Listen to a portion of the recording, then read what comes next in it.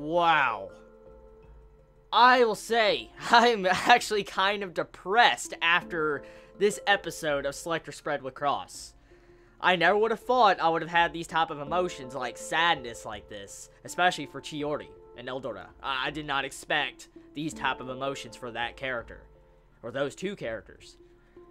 Wow, this episode, yeah, it was sad, it was sad. Now, I'm just gonna say that this episode is very, very simple. It's a really, really simple episode, and we don't have a lot of info dumps as the previous episodes were. So most likely, this review is actually gonna be a lot shorter from my normal Selector Spread WIXOSS reviews because of the lack of theory crafting I could possibly make with this episode. But overall, though, the episode, it hits you. It really hits you because when you see how Eldora is trying to sacrifice herself and give up her only chance, technically, to go into a human body and get out of the card, it was really sad. It was a really sad scene in this episode as it slowly built up. I kind of keyed in earlier on at the beginning of this episode of what Eldora was doing, but when you saw the ending conclusion of how Chiori couldn't do nothing. She couldn't resist, or she couldn't do nothing to fight back from what was happening when she was fighting Hitoe, and she was just watching herself get defeated in 3 turns. She was just watching. She couldn't do nothing. And to see how she couldn't do nothing to save the person that she's grown attached to, for instance, Eldora, it's really depressing. And the sad thing is that this is going to be her 3rd loss. She is definitely going to lose. The way this episode ends, it already tells us that she lost. But the thing is that what is her reversal of her wish? We know she wants to enter the WIXOSS world. We know Chiori wants to do that. And the questions is what is the opposite? Is it to where she forgets about WIXOSS? Is it to where she forgets every single memory that has to do with WIXOSS?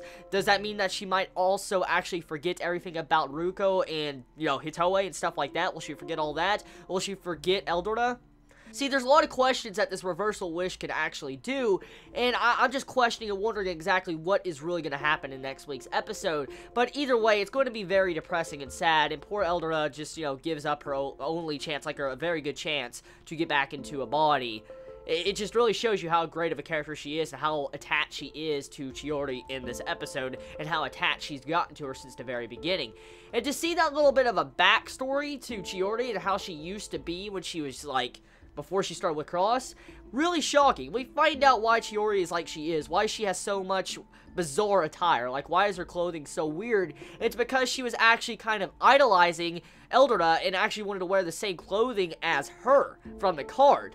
And so we get to actually find out about these little details of her, these characterizations and details of her, and it really shocked me how she really was, like how shy she was in the past and how she acted before she got into WIXOSS. And so, yeah, that's really what this episode does. It just shows us the connection between these two characters, and it builds up the emotions between these two characters, and allows us to actually feel sympathy for what is going on in this episode. And that is really what you could get from this episode. Now, there's other things definitely going on in this episode, I can't deny that. But the main thing that you really want to key into is the character relationships between Eldora and Chiori. Now, let's get into the other pieces of this episode. There is a part with Mayu. She's talking in this episode right at the beginning. And then we have a part with Aki Lovely and Ulith. So, I want to get into Aki Lovely and Ulith last. I want to get into that last. I just want to talk about Mayu, get that out of the way since it's very simple. So, at the beginning of this episode, Mayu says that she's, like, annoyed. Like, pretty much she's very fucking annoyed. You could see she's very pissed. And she's like, I'm going to erase the darkness, the girl of darkness, or the girl of black. And pretty much she's going to probably do that through the girl of white. So clearly in that entire dialogue, something bad is about to happen to Iona. I wonder exactly what is going to happen, but it's not going to be good. Most likely since technically Mayu made Iona and Tama, because they're imaginary friends, it's a possibility that Mayu could possibly erase Iona's existence, since she technically is, you know, like a imaginary friend.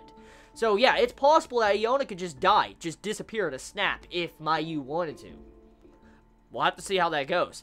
So getting into the other part of this episode, we find out that Ulith is actually not dead, which I kind of expected it. I really expected her to be kind of fine. The way they showed it at the end of last week's episode, the way she got stabbed, the main shock value of that was just because I couldn't believe that Akira actually stabbed her. I was like, holy shit.